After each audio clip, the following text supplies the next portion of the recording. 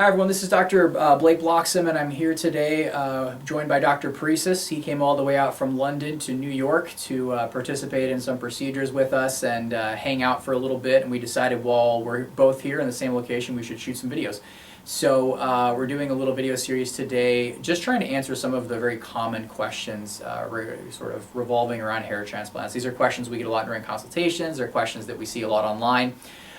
So the question that we're looking to answer in this video is a pretty broad one, but it's obviously a super basic and super important one, and that is just, how good will my hair transplant be? That's something that of course every patient wants to know. Is it going to be good? What's it going to look like? Is it going to sort of meet these expectations that I have? So what do you think? How would you answer that question if a patient just says, is it going to be good? What's my hair transplant gonna be like, basically? No, I think it's a really important question. Managing expectations is really important because we obviously post videos. We try to post videos of our patients, of the average patient. Mm-hmm. There's a lot of clinics out there that cherry pick and post only the best ones, and I don't think it's not honest. It's not accurate to do that. But not everyone gets the best of the best result. And some patients will get better results than others. That's just a fact. 100%. And the factors that determine it are, the main ones include obviously your donor area. Everyone could probably work that out. Your donor area is really your bank. It's what you have to pick from. If you have a lot of grafts there, then we're gonna be able to take more. And if you have more grafts, then you've got more density. And most people think, attribute a more dense look to a better look. Absolutely. Right? So that's the first thing. Second thing is going to be, what is your hair type? Do you have sort of straight jet black hair, or have you got the more light colored, wavy, even curly hair, like someone like myself? Look, I'm someone who I'm very lucky in that regard. Your great characteristics. I've got good characteristics. My donor area is not the best, so that's the thing. Patients don't have. It's very rare, I'm sure, that we get a patient that it just has every factor. And those stars do align, and that's when you see those. That's when you get a scenario where you just get like the 5,000 grafts or something in a sitting, and it's always tempting to put those ones online and just say, hey, look at this, I got 5,000-6,000 grafts on a single sitting in a patient. But like you said, that's not the norm. Most patients do not have all those stars aligning, but it does happen. It does happen. It's not the norm. And that's why, again, we can't emphasize that the preoperative in-person examinations are just so important, because then that's really when we can outline just how kind of what cards you've been dealt. And how lucky you are, and therefore how good your result will be. So the first thing we said was the donor density. The second one is your kind of hair characteristics. The third thing is going to be the location of where we actually put the grafts. So obviously if we're building a nice frontal band, generally grows really well. The blood supply there is really good. Crowns can be a little bit more variable. They're a little trickier. A little bit more variable. Not only because of there's some thought out there that just it's a more difficult situation just physiologically to get grafts to grow in the crown. I'm not sure if I fall into that camp, but I do know that the crown is a very tricky area as far as rebuilding those pretty whorl patterns and all the different directions, angles, everything, and the surface that you're building. It's not that nice flat wall that you're building in the front with a frontal band. It's like putting grafts on like a basketball, basically. And then the crown's also shooting at a moving target. That crown is always a very active region. So getting back to what you were saying, yes, where we're working definitely plays a role in the final outcome. Yeah, huge role. Another thing I can think of is what technique are we using? We are big proponents of both. We think that there's certain cases that will benefit from FUE more so, and others from FUT. But there's some undeniable sort of things, at least we've seen, from our experience, that are true. And one of those is the growth rate. We do plan on probably publishing a research paper, probably in the near future, about just really getting some numbers on how the growth rate of FUT grafts differs to FUE, just because it would just be so great to get that in writing. But in our experience, the growth rate it's night and day. And it's just this, there have been some papers published, and what's funny is that I think, people always sort of look for what they want to see in the data. You know, it's very tempting to do that. But you see some papers published about FUE versus FUT growth where it shows, you know, a big difference between the two. FUT growing very consistently at 95-ish%, 98%, FUE growing at more 75%. You see other papers where it says, no, it grows the exact same, and you know, lots of in between. And what that tells me, and this is what I tell all FUE patients, is that the growth is simply more variable.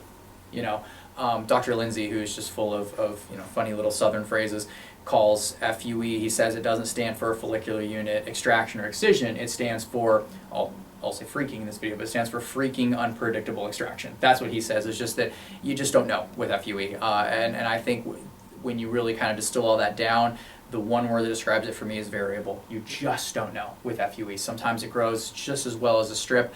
Other times you do a beautiful FUE and it comes back 6 to 12 months later and you're like, you know, I would have wanted, you know, more from that. So that definitely plays a role, the harvesting method we're using.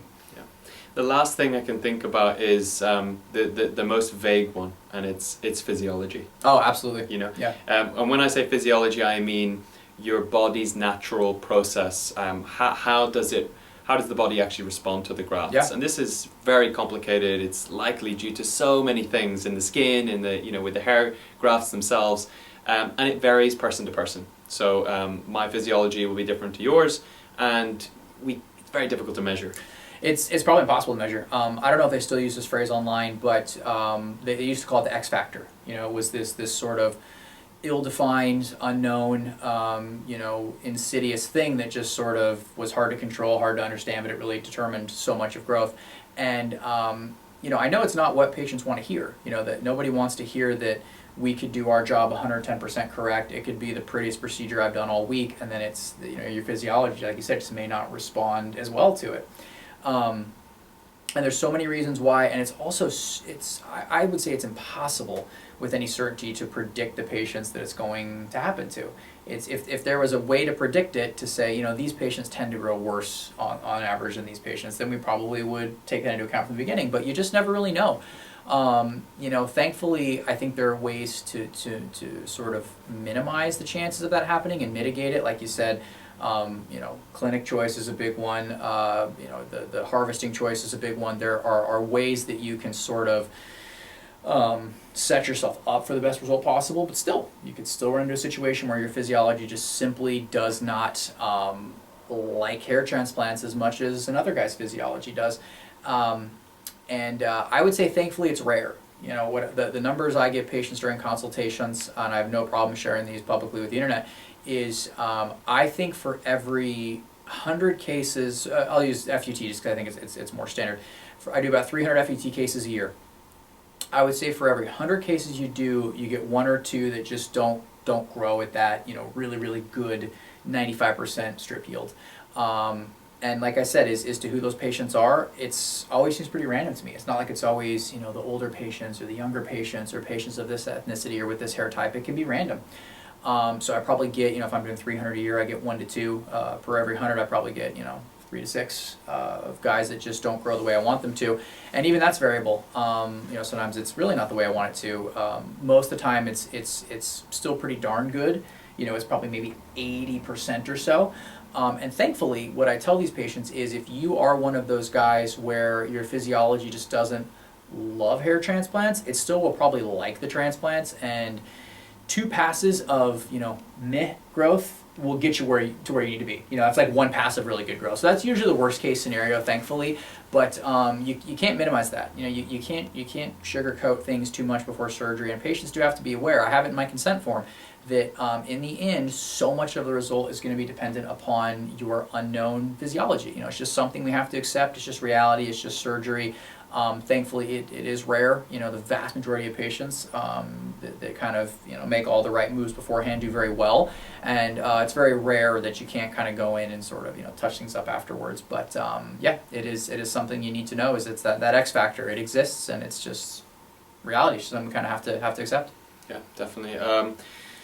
I think not to obviously put anyone off hair transplants at all.